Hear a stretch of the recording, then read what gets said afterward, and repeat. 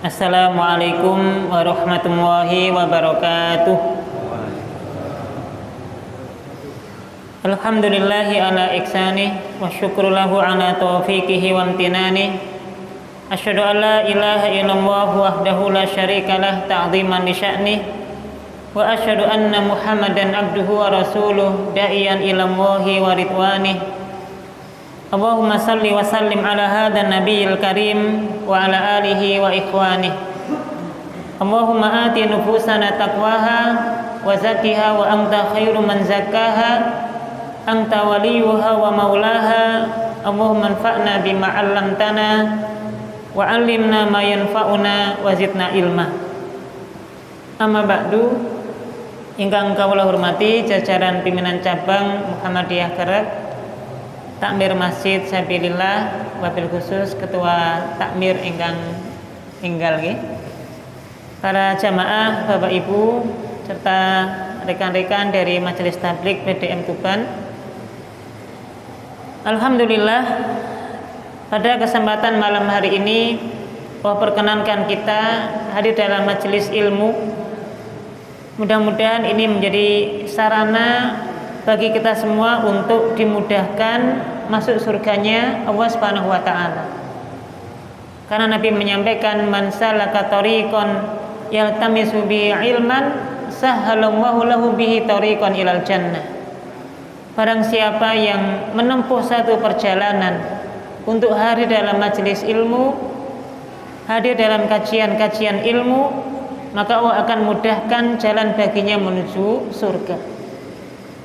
Untuk itu mudah-mudahan dengan niat ikhlas kita hadir dalam majelis ini, semoga menjadi amal soleh, keberkahan, dan kita mendapatkan ridha Allah Subhanahu wa taala. Bapak Ibu jamaah yang dirahmati Allah, pada kesempatan malam hari ini insya Allah kita akan menyampaikan satu tema tentang kesalahan-kesalahan imam dalam sholat berjamaah.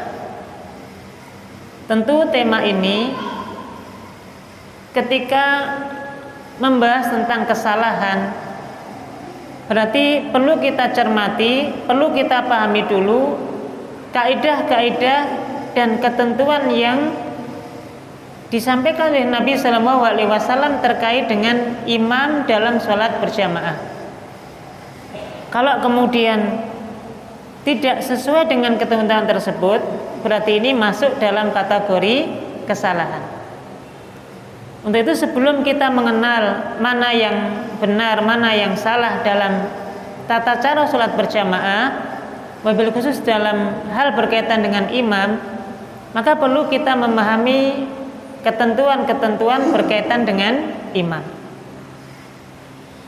Yang pertama tentang siapakah yang lebih berhak menjadi imam. Kalau kita sholat berjamaah, tentu ada imamnya. Siapakah yang layak untuk menjadi imam? Maka dalam hal ini ada dua pendapat di kalangan para ulama. Pendapat yang pertama, dan ini pendapat di kalangan madhab Hanafiyah, termasuk pendapatnya Imam Abu Hanifah, Imam As-Tsauri, Imam Ahmad bin Hambal, dan yang lainnya, menyampaikan bahwa yang paling berhak menjadi imam adalah al-aqra'u aula bil imamah, adalah orang yang paling bagus bacaan Qur'annya, lebih diutamakan untuk menjadi imam. Apa dasarnya bahwa orang yang paling bagus Qur'annya layak menjadi imam? Hadis dari sahabat Abu Sa'id Al-Khudri radhiyallahu anhu. Qala Rasulullah sallallahu alaihi wasallam, Rasulullah bersabda, "Idza kanu salasatan falyummuhum ahaduhum wa ahaqquhum bil imamah aqra'uhum." Kalau kalian sholat bertiga, maka hendaknya salah satu di antara kalian aja yang menjadi imam. Wa ahaqquhum bil imamah aqra'uhum, dan orang yang paling berhak untuk menjadi imam adalah aqra'uhum, orang yang paling bagus Qur'annya. hadis ini menjadi dasar bahwa orang yang layak menjadi imam adalah yang paling bagus Qur'annya.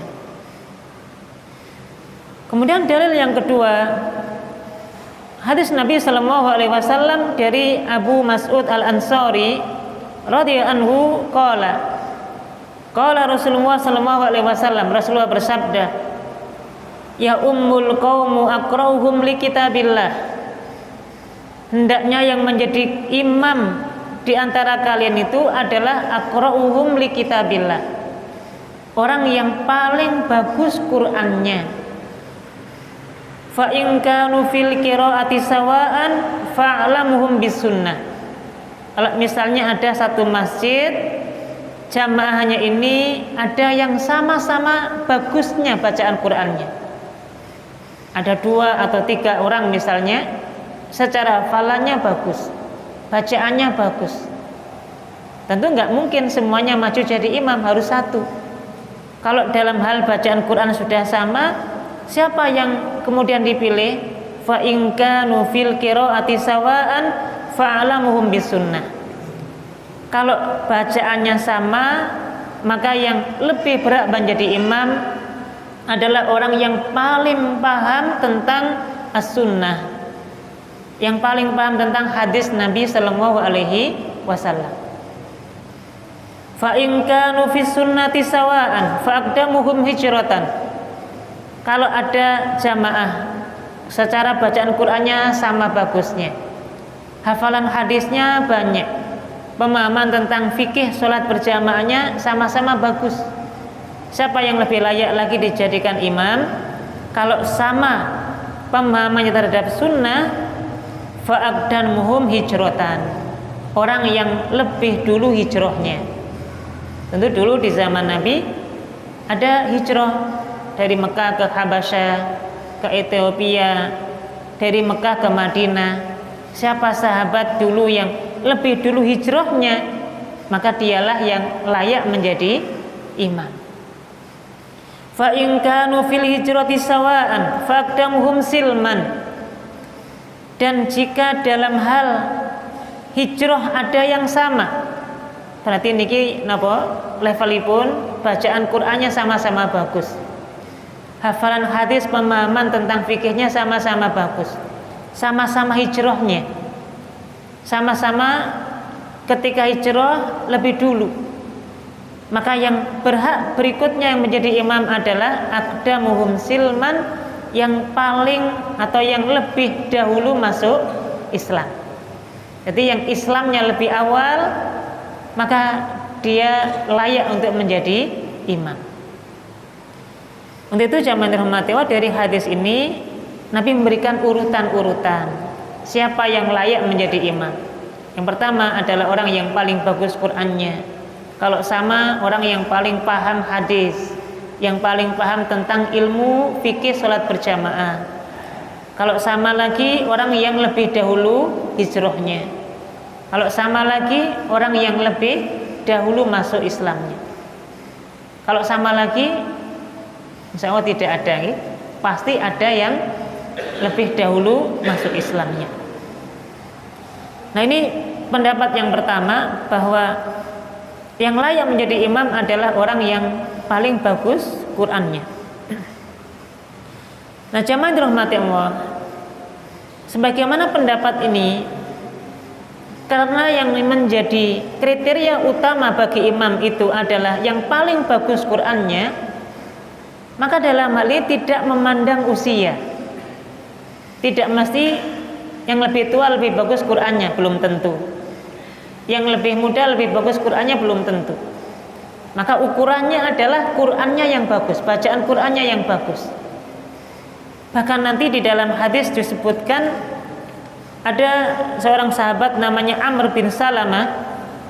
Beliau pernah bercerita, satu hari di kampungnya dia kemudian diminta untuk menjadi imam sholat berjamaah.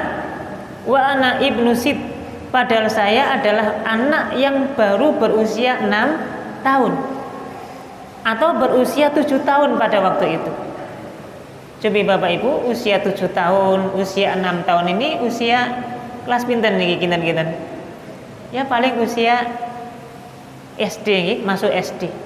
Tapi kalau bacaan Qur'annya bagus, ya, maka hakikatnya dia lebih berhak untuk menjadi imam.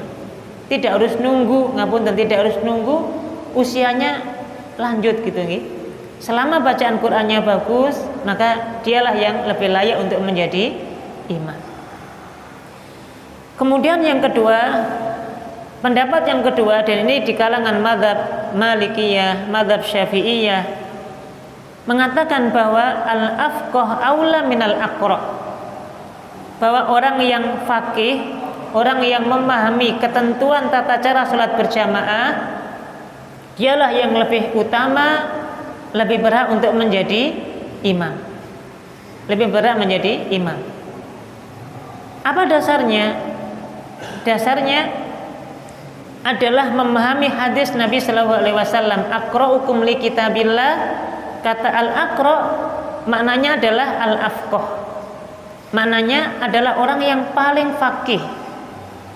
Kenapa demikian? Karena dahulu para sahabat Nabi Shallallahu Alaihi Wasallam ketika belajar Quran dari Nabi Shallallahu Alaihi Wasallam, mereka dahulu ketika belajar dan menghafal Quran dari Nabi tidak akan berpindah ke ayat yang lain sebelum memahami kandungan ayat tersebut, sebelum mengamalkan ayat tersebut. Dan dahulu para sahabat itu kalau menghafal Quran bertahap, 10 ayat, 10 ayat. Kalau 10 ayat sudah dihafal, dipahami maknanya, kemudian diamalkan, baru nanti belajar 10 ayat yang lain dari Nabi Sallallahu Alaihi Wasallam. Untuk itu dahulu para sahabat kalau sudah dikatakan aqra, orang yang paling bagus bacaan Qur'annya, itu secara otomatis orang yang juga sudah paham tentang makna dan kandungan dari ayat tersebut. Ini pemahaman di kalangan mazhab Malikiyah, mazhab Syafi'iyah. Berarti orang yang lebih berhak menjadi imam adalah orang yang afqah, orang yang paling paham dalam aturan sholat berjamaah.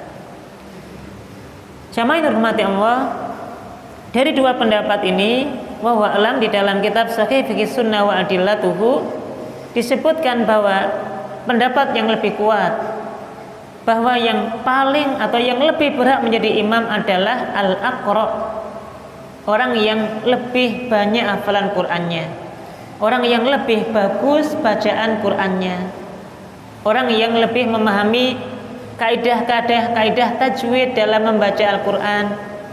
Inilah yang paling berhak untuk menjadi imam. Wabil khusus, paling tidak dia memahami secara umum tentang kaidah dan ketentuan sholat berjamaah. Jadi Bapak Ibu, dalam hal ini kita memahami bahwa yang paling berhak menjadi imam adalah orang yang paling bagus bacaan Quran. Dari sinilah kita bisa mengambil satu kesimpulan, berarti bagian dari kesalahan imam dalam salat berjamaah adalah dipilihnya imam-imam dalam salat berjamaah yang ngapunten bacaan Qur'annya kurang bagus. Ya. Kadang-kadang lebih memperhatikan secara usia, mungkin karena sungkan atau yang lain. Padahal dalam hal kelayakan dan siapa yang berhak menjadi imam, maka tentu yang paling bagus bacaan Qur'annya, meskipun secara usia mungkin lebih muda, maka hakikatnya itulah yang lebih berhak untuk menjadi imam dalam sholat berjamaah. Kemudian yang kedua, ma'asyiral muslimin, kenapa kriteria imam itu harus yang lebih memahami kaidah-kaidah dalam bacaan Quran? Di antara faedahnya, karena di dalam bacaan surat-surat yang kita baca dalam sholat adalah surat Al-Fatihah. Dan surat Al-Fatihah ini rukun di dalam sholat. Sehingga kalau kita sholat kemudian tidak membaca surat Al-Fatihah, maka sholat kita batal. Nabi menyampaikan, la sholata liman lam yaqra bi fatihatil kitab. Tidak ada sholat, maknanya tidak sah sholat seorang yang sedang sholat ketika dia sholat tidak membaca surat Al-Fatihah, maka sholatnya tidak sah. Untuk itu para ulama menjelaskan apa hukumnya jika seorang imam ketika membaca surat Al-Fatihah di dalam sholatnya kemudian melakukan kesalahan-kesalahan lafaz yang berubah atau yang berdampak pada perubahan makna dalam surat Al-Fatihah, apakah sholatnya dikatakan sah atau tidak? Maka dalam hal ini ada dua jenis kesalahan di dalam membaca surat Al-Fatihah. Yang pertama disebut dengan al-lahan al-jali, kesalahan yang sangat fatal, kesalahan yang sangat nampak jelas, dan kesalahan ini bisa merubah makna. Dan yang kedua disebut dengan al-lahan al-khafi, kesalahan yang ringan, yang kalau dilakukan kesalahan ini tidak sampai merubah makna. Jamaah dirahmati Allah, ketika imam dalam sholat berjamaah kemudian membaca surat Al-Fatihah dan melakukan al-lahan al-jali, membacanya dengan kesalahan yang nampak dan bisa merubah makna, maka ini bisa menjadi sebab batalnya sholat jamaah tersebut. Karena surat Al-Fatihah merupakan apa? Rukun di dalam sholat. Dan kalau kita tidak menjalankannya dengan sempurna, berarti kita belum dikatakan menjalankan rukun, sehingga sholat kita dikatakan batal. Nah ini ngapunten guys jamaah, berarti sangat penting, terutama memperhatikan surat Al-Fatihah. Apa contohnya bacaan Al-Fatihah yang termasuk lahan al-jali, kesalahan yang sangat jelas nampak dan bisa merubah makna? Contoh ya Bapak Ibu, ketika kita membaca alhamdulillahirabbil alamin, ya, ini tentu ini bagian dari cara membaca yang kemudian kalau salah berdampak pada batalnya sholat karena merubah makna. Misalnya membaca alhamdu, ya, alhamdu pakai ha, bukan pakai ha. Yang benar kan alhamdulillah, kemudian dibaca alhamdu pakai ha. Kalau kita baca alhamdu ini benar, maknanya segala puji. Alhamdulillahirabbil alamin, segala puji hanya milik Allah Subhanahu wa taala. Tapi kalau dibaca dengan ha, alhamdu, kata alham maknanya kebinasaan, kehancuran. Maka kalau dibaca alhamdulillahirabbil alamin, berarti kehancuran, kebinasaan untuk Rabb semesta alam, untuk Allah Azza wa Jalla. Masa kita mengatakan Allah hancur? Ya kan? Dan ini berdampak pada makna yang merubah makna dan menyebabkan sholatnya dikatakan sholat yang batal karena rukunnya tidak sempurna. Contoh yang lain, ya. Ketika membaca ayat di dalam surat Al-Fatihah, iyyaka na'budu wa iyyaka nasta'in. Iyyaka na'budu yang tepat adalah ya-nya ditasydid sehingga menjadi iyyaka na'budu wa iyyaka nasta'in. Maknanya hanya kepada Engkau ya Allah kami menyembah dan hanya kepada Engkau kami meminta pertolongan. Coba Bapak Ibu, kemudian dibaca ya-nya tanpa tasydid. Iyyaka na'budu wa iyyaka nasta'in tanpa tasydid. Ini sudah berubah maknanya. Nggih. Apa maknanya? Kalau kita baca iyyaka na'budu wa iyyaka nasta'in tanpa tasydid, maknanya matahari. Salah satu nama matahari dalam bahasa Arab itu adalah iyyaka. Iyyaka tanpa tasydid. Maka kalau kita baca surat Al-Fatihah, iyyaka na'budu wa iyyaka nasta'in tanpa tasydid, berarti matahari. Ya, berarti matahari kepadamu kami menyembah, matahari kepadamu kami minta pertolongan. Nanti minta tolongnya dan menyembahnya kepada matahari. Tentu ini merubah makna, menyelisih dari akidah yang benar. Untuk itu Bapak Ibu, ini termasuk lahan jali, ya, kesalahan yang sangat nampak yang zahir, yang kalau kemudian dibaca dalam sholat, dalam mazhab Imam Syafi'i disebutkan bisa menjadi pembatal sholat karena Al-Fatihahnya salah. Adapun kalau sekedar lahan khafi, ya, kesalahan-kesalahan ringan, mungkin hanya kesalahan panjang atau pendek, ya, misalnya membaca alhamdulillahi alhamdu, ya, ini tentu kesalahan yang sifatnya khafi, ya, kesalahan ringan, hanya memanjangkan atau memanjangkan bacaan saja. Ini tidak sampai merubah makna, tidak sampai kemudian membatalkan sholat. Untuk itu Bapak Ibu, Al-Fatihah ini rukun dalam sholat. Kalau kita tinggalkan atau kita baca dengan salah, itu nanti bisa berdampak batalnya sholat yang kita sedang kerjakan. Jamaah yang dirahmati Allah, berikutnya di antara bentuk-bentuk ketentuan di dalam sholat berjamaah adalah bagi imam, ya, dianjurkan sebelum mengawali sholat untuk mengingatkan kepada para jamaah supaya meluruskan dan merapatkan shaf. Termasuk berkaitan dengan sholat berjamaah ini adalah posisi imam dan makmum ketika sholat berjamaah.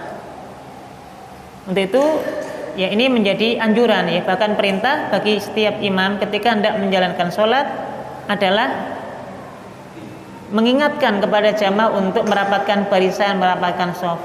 Mengatakan sawu sufufakum fa inna tasfiyatas sufuf min tamamis shalah.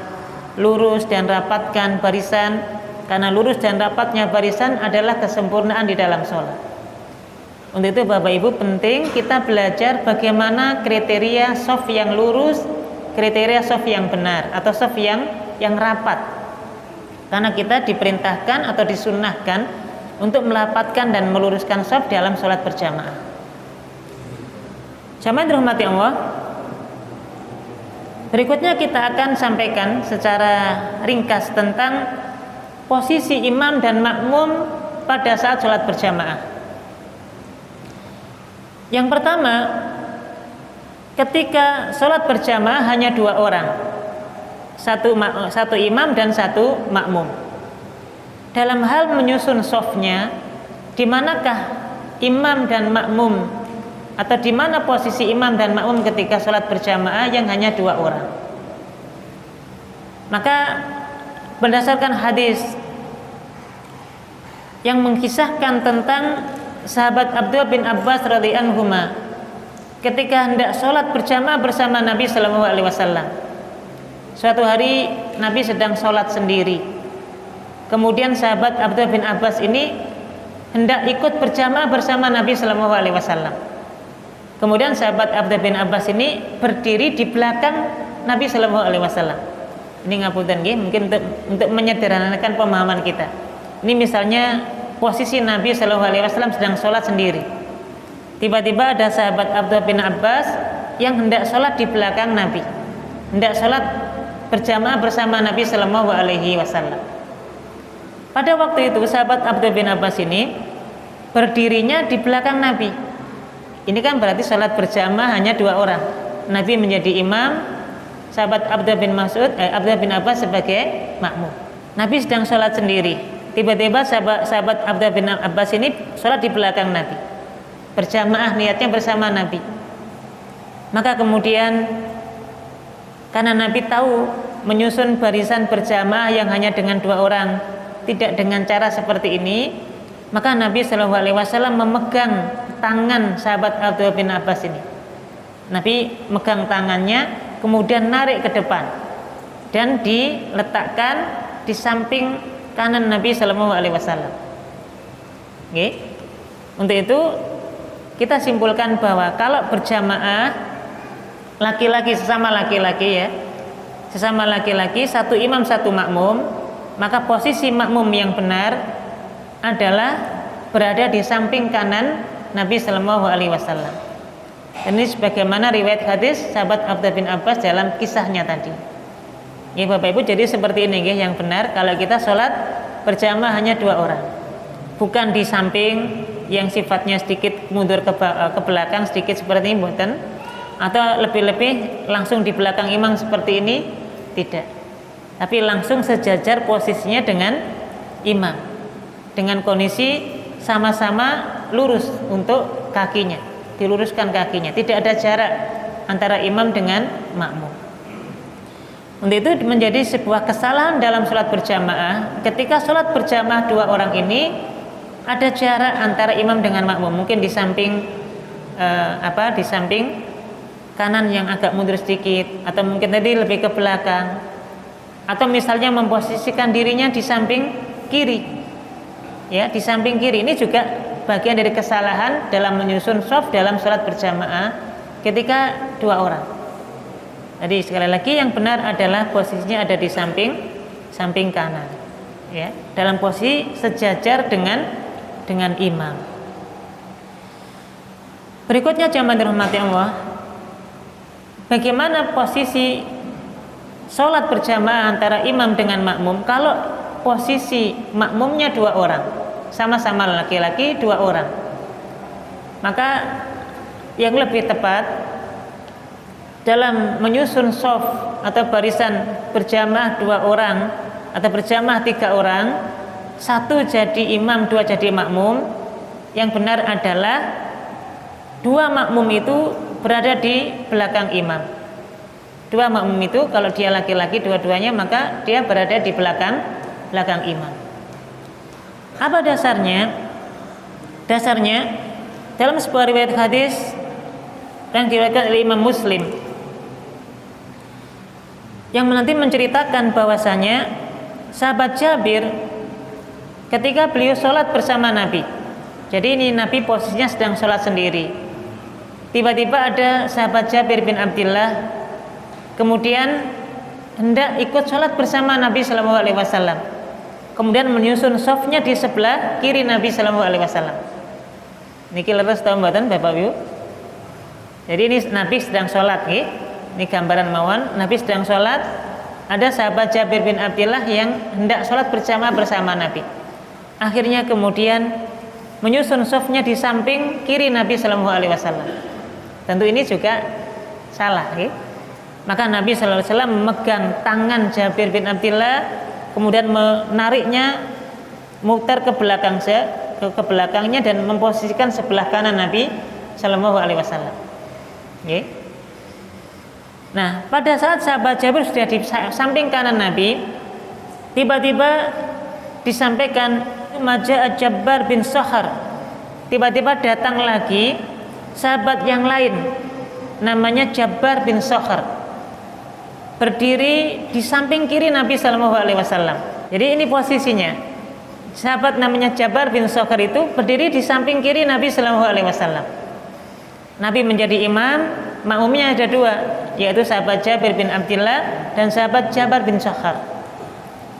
Tentu Nabi Shallallahu Alaihi Wasallam tidak membiarkan posisi sholat berjamaah dua makmum dengan satu imam seperti ini.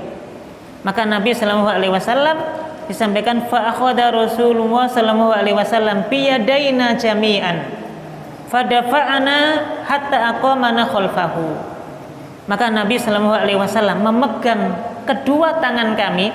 Tangan kanan Nabi memegang sahabat Jabir bin Abdullah, tangan kiri memegang sahabat Jabbar bin Sokhar tadi. Kemudian Nabi mendorong kami ke belakangnya. Jadi Nabi mendorong sahabat Jabir dan sahabat Sokhar ini ke belakang Nabi Sallallahu Alaihi Wasallam. Maka ini menjadi ketentuan di dalam sholat berjamaah. Kalau makmumnya dua, maka hakikatnya imamnya tetap di depan dan dua makmum ini ada di belakang. Untuk itu Bapak Ibu, bagian dari kesalahan dalam menyusun shaf dalam salat berjamaah, ketika makmumnya dua orang ini sama-sama di sini, ya, atau mungkin agak mundur ke belakang seperti ini. Ini tentu tidak dianjurkan seperti ini. Yang tepat adalah dua makmum ini dua-duanya ada di belakang imam. Ini kalau jamaahnya semuanya laki-laki. Nah sekarang Bapak Ibu, bagaimana kalau perempuan, ibu-ibu? Tentu ibu-ibu, ya, seorang muslimah dibolehkan menjadi imam dalam sholat berjamaah yang jamaahnya makmumnya semuanya ibu-ibu, boleh. ya. Nah, bagaimana menyusun shafnya? Ibu-ibu itu kalau sholat berjamaah dan satu menjadi imam, maka posisi imam dalam sholat berjamaah ibu-ibu itu tidak ada jarak antara imam dengan makmum, lurus ya. Misalnya ini ibu-ibu jadi imam, makmum yang pertama, makmum yang kedua sama-sama perempuan ini sejajar dengan imam. Dan hadis-hadis yang menunjukkan ini cukup banyak, menceritakan misalnya Aisyah radhiyallahu anha ketika menjadi imam untuk para sahabiat pada waktu itu, Aisyah posisinya ada di tengah-tengah sahabat yang lain. Artinya bahwa makmum dan imam dalam sholat berjamaah yang sama-sama perempuan, sama-sama ibu-ibu, itu tidak ada jarak satu shaf, ya, satu shaf. Termasuk nanti tidak hanya Aisyah radhiyallahu anha, istri Nabi sallallahu alaihi wasallam yang lain itu ketika menjadi imam juga sama. Ketika menjadi imam untuk ibu-ibu yang lain sama kondisinya, ya, sejajar makmum. Sehingga menjadi sebuah kesalahan dalam sholat berjamaah bagi ibu-ibu, ya, imamnya ibu-ibu, makmumnya ibu-ibu, kemudian ada jarak imam dan makmum. Misalnya ini ibu-ibu satu jadi imam, makmumnya di sini dua ibu-ibu. Ini menjadi sebuah kekeliruan, ya, kesalahan. Yang lebih tepat adalah sejajar dengan imam atau sejajar dengan makmum posisi imamnya. Kemudian jamaah dirahmati Allah, sekarang bagaimana kalau kita sholat berjamaah dalam bab menyusun barisan? Ketika misalnya imam, kemudian ada dua makmum dan ada satu jamaah ibu-ibu misalnya. Sampun isa gini.